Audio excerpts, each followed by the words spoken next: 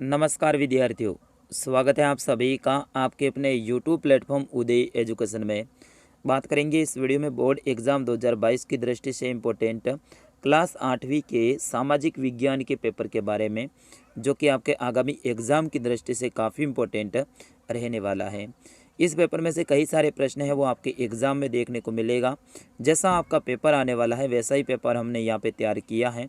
तो आप सभी विद्यार्थियों से निवेदन रहेगा, वीडियो को अंत तक जरूर देखिएगा। अभी तक आपने चैनल को सब्सक्राइब नहीं किया तो चैनल को सब्सक्राइब कर लेना है, क्योंकि कई सारे विद्यार्थी होते हैं वो वीडियो को देख के चले जाते हैं लेकिन चैनल को सब्सक्राइब नहीं करते हैं, और इससे जो अगला जो हमारा वीडियो आता है आपके क्लास से संबंधित वो आप तक नहीं पहुंच पाता। तो आप सभी हैं वो चैनल को सब्सक्राइब जरूर कर लीजिएगा। यहाँ पे आप निर्देश दिए हुए हैं, निर्देश को आराम से आप पढ़ लीजिएगा। जैसे कि सभी प्रश्नों को हल करना अनिवार्य है, सभी प्रश्नों के उत्तर हैं आपकी जो उत्तर पुस्तिका है उसमें आपको लिखना है। पहला प्रश्न देखिएगा, यहाँ पे है प्रश्न संख्या 1 से लेकर 6 प्रश्न हैं। ये आपके रहेंगे बहुविकल्पात्मक प्रश्न यानी अबसद के रूप में। तो उसमें पहला प्रश्न देखिएगा आप, भारत का प्रथम गवर्नर जनरल है वो कौन था? Lawrence, Warren Hastings, Lord Curzon या फिर बेटिंग। तो विद्यार्थियों इसका सही आंसर क्या हो जाएगा? भारत का जो प्रथम गवर्नर जनरल था वो था वॉरेन हेस्टिंग। तो अपना ऑप्शन नंबर ब है वो आपको सही करना है। इन प्रश्नों के उत्तर हैं आप अपनी उत्तर पुस्तिका में इस तरह से सारणी बना के भी दे सकते हैं।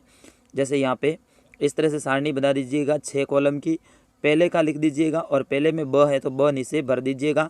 आगे फॉर्मेट भी मैंने बताया हुआ है, मैं आपको आगे बताऊंगा। अगला प्रश्न देखिएगा, प्रश्न संख्या 2 है, निम्न में से नवीकरणीय संसाधन है यानी वो नए रूप से वापस अपने सामने आ सकता है? सौर ऊर्जा, पवन ऊर्जा, जल विद्युत या फिर उपयुक्त सभी। तो विद्यार्थियों इसका सही आंसर क्या हो जाएगा? सौर ऊर्जा भी नवीकरणीय संसाधन है, पवन ऊर्जा ये भी नवीकरणीय संसाधन है, और जल विद्युत है ये भी नवीकरणीय संसाधन है। तो इसका सही आंसर हो जाएगा वो हो जाएगा आपका ऑप्शन नंबर द, उपयुक्त सभी। तो यहाँ पे आप लिखोगे ऑप्शन नंबर द, उपयुक्त सभी। बढ़ते हैं अगले प्रश्न की ओर। प्रश्न संख्या 3 को आप देखिएगा, आपकी स्क्रीन पे है, निम्न में से मृदा के निम्नीकरण में सहायक कारक नहीं है। जिन्हें आपको बताना है कि मृदा के निम्नीकरण में ऐसा कौन सा कारक है वो सहायक नहीं है। निम्नीकरण का मतलब होता है मृदा का खराब होना। तो वनो उन्मूलन ये तो हैं, अति पशुचारण ये भी हैं, इसलाकृति और भूस्खलन यानी जमीन का खिसकना तो ये तो है, लेकिन इसलाकृति है विद्यार्थियों ये नहीं है। तो अपना ऑप्शन नंबर स है वो राइट आंसर हो जाएगा। तो यहाँ पे आप लिखिएगा ऑप्शन नंबर स इसका करेक्ट आंसर। अगला प्रश्न देखिएगा, प्रश्न संख्या 4, निम्नलिखित में से ऊर्जा का परंपरागत स्रोत है। परंपरागत स्रोत किसे कहते हैं विद्यार्थियों?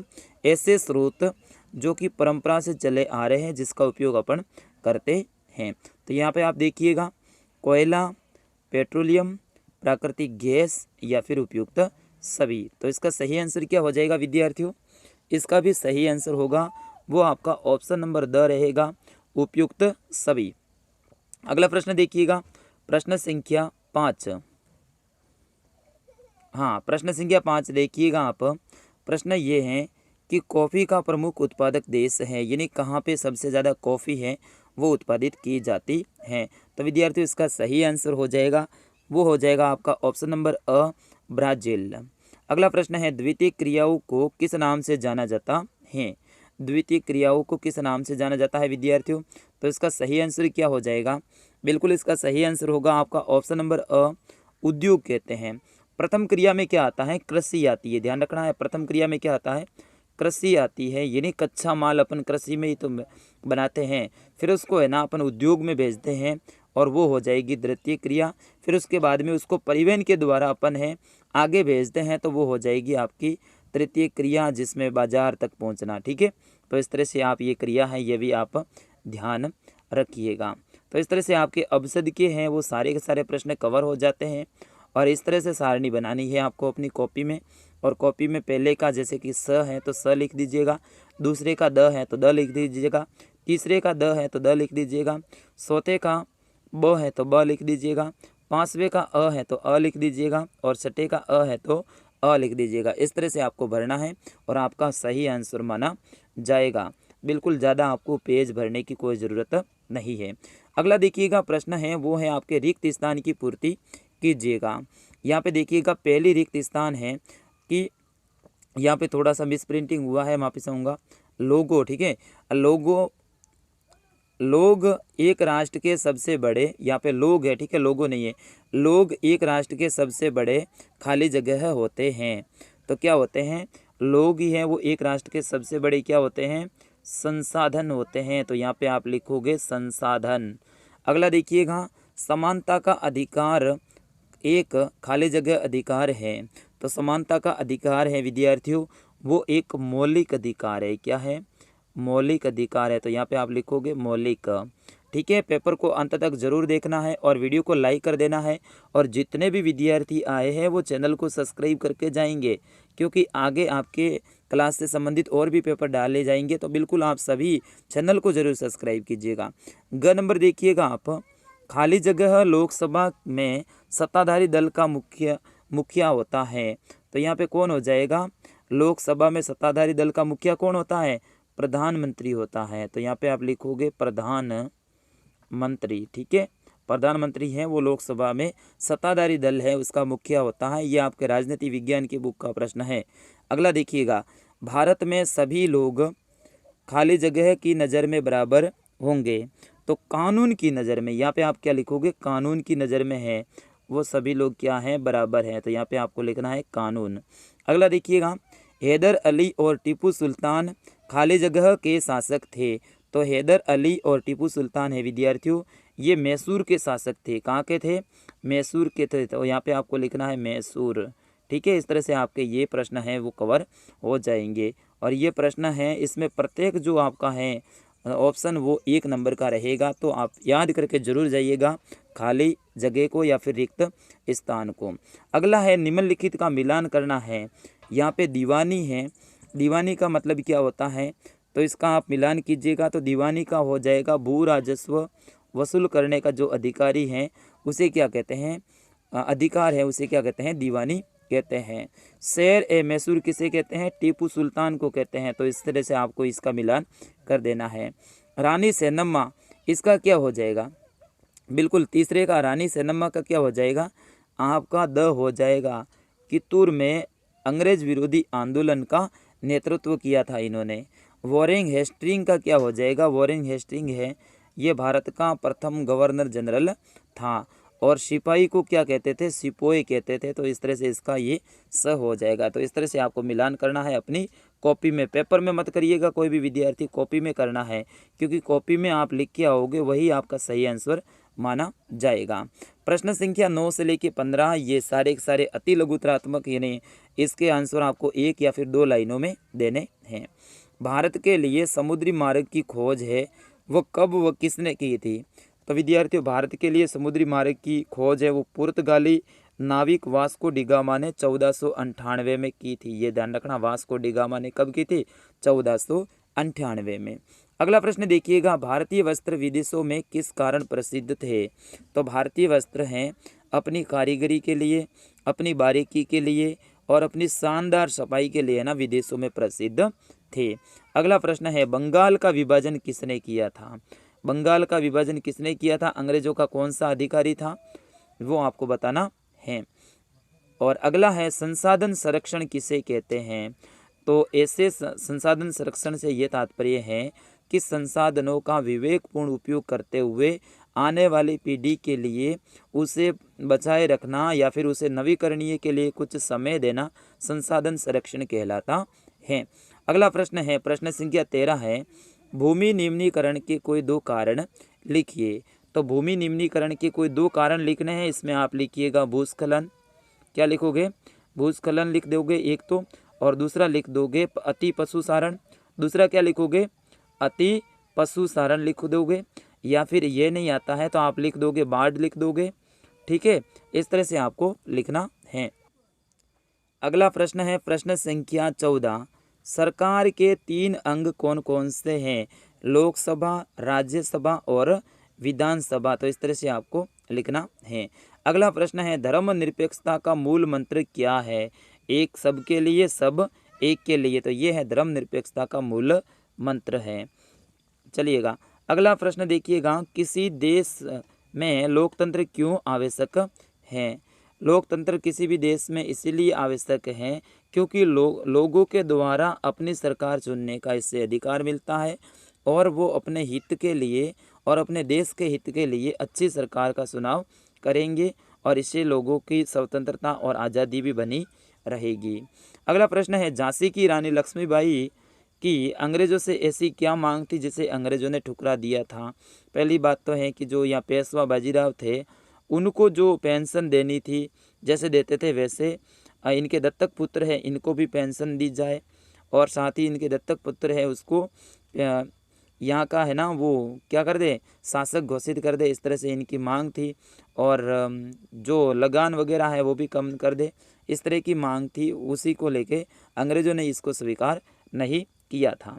अगला प्रश्न देखिएगा, नागरिकों के लिए मौलिक अधिकार क्यों आवश्यक है?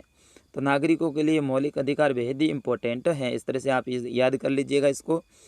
सिपाहियों को बनाए कारतूस के ऊपर क्यों ऐतराज़ था?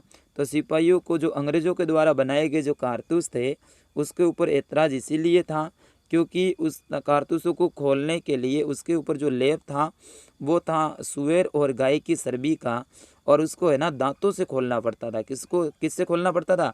दांतों से खोलना पड़ता था। और इससे जो हमारे यहाँ के स्थानीय हिंदू और मुस्लिम भाई सैनिक थे उनको है वो अपना धार्मिक अपमान लगता था, इस कारण से उनको कारतूसों के ऊपर ऐतराज था और उन्होंने इस बात का विरोध भी किया था। अगला प्रश्न देखिएगा, घरेलू हिंसा से आप क्या समझते हैं? हिंसा का शिकार महिलाओं को नए कानून से कौन से दो मुख्य अधिकार प्राप्त हैं, ये आपको लिखना है। अगर इसका आंसर नहीं आता है तो फौजदारी व दीवानी कानून में क्या अंतर है, इसके बारे में आप ज़रूर लिखिएगा। अगला प्रश्न है, हाशियाकरण शब्द से आप क्या समझते हैं? अपने शब्दों में 2 या फिर 3 वाक्य लीजिएगा। ये सारे के सारे प्रश्न हैं, इनके आंसर बड़े लिखने हैं तो मैं नहीं बता पाऊंगा क्योंकि इतना सारा मैं नहीं बता पाऊंगा, वीडियो बहुत लंबा हो जाएगा। लेकिन इन प्रश्नों को याद जरूर कीजिएगा। मृदा निर्माण को प्रभावित करने वाले कारक हैं वो कौन कौन से हैं? ऊपर वाला प्रश्न मैंने बताया है ना, 1 मिनट देख लेते हैं क्या है। हाँ, हाशियाकरण बता दिया, ओके। अगला देखिएगा, प्रश्न संख्या 20 है, जैव मंडल व पारितंत्र में क्या अंतर है वो स्पष्ट करना है। अगर ये नहीं आता है तो पेट्रोलियम को काला सोना क्यों कहा जाता है, कारण लिखिए। अगला प्रश्न है, निम्नलिखित में अंतर स्पष्ट करो। निम्नलिखित में अंतर स्पष्ट करो जिसमें है लो और अलो खनिज किसे कहते हैं, या फिर धात्विक और अधात्विक खनिज है वो किसे कहते हैं। अगला प्रश्न देखिएगा, प्रश्न संख्या 22 है, इतिहासकार अंग्रेजी शासन काल को औपनिवेशिक युग क्यों कहते हैं? अगर इसका आंसर नहीं आता है तो आपके सामने ऑप्शन में मिल जाएगा। जेम्स मिल ने भारतीय इतिहास को जिस तरह कालखंडों में बांटा है उसमें क्या समस्याएं हैं? तो आप सभी को पता होगा जेम्स मिल ने भारतीय इतिहास को 3 कालखंडों में बांटा था और वो 3 कालखंड कौन कौन से थे मित्रों? वो थे हिंदू, मुस्लिम और ब्रिटिश।